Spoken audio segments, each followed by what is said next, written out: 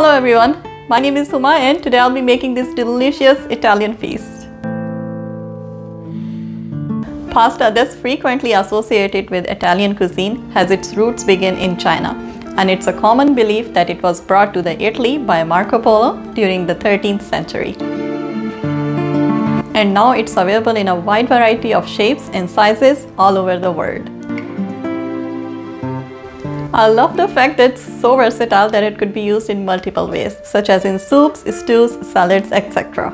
Please explore my channel for all the great and authentic cuisines from all over the world. And if you enjoy my effort, please hit the like button and subscribe to my channel. Also, don't forget to share your feedback in the form of comments down below. Now here we go.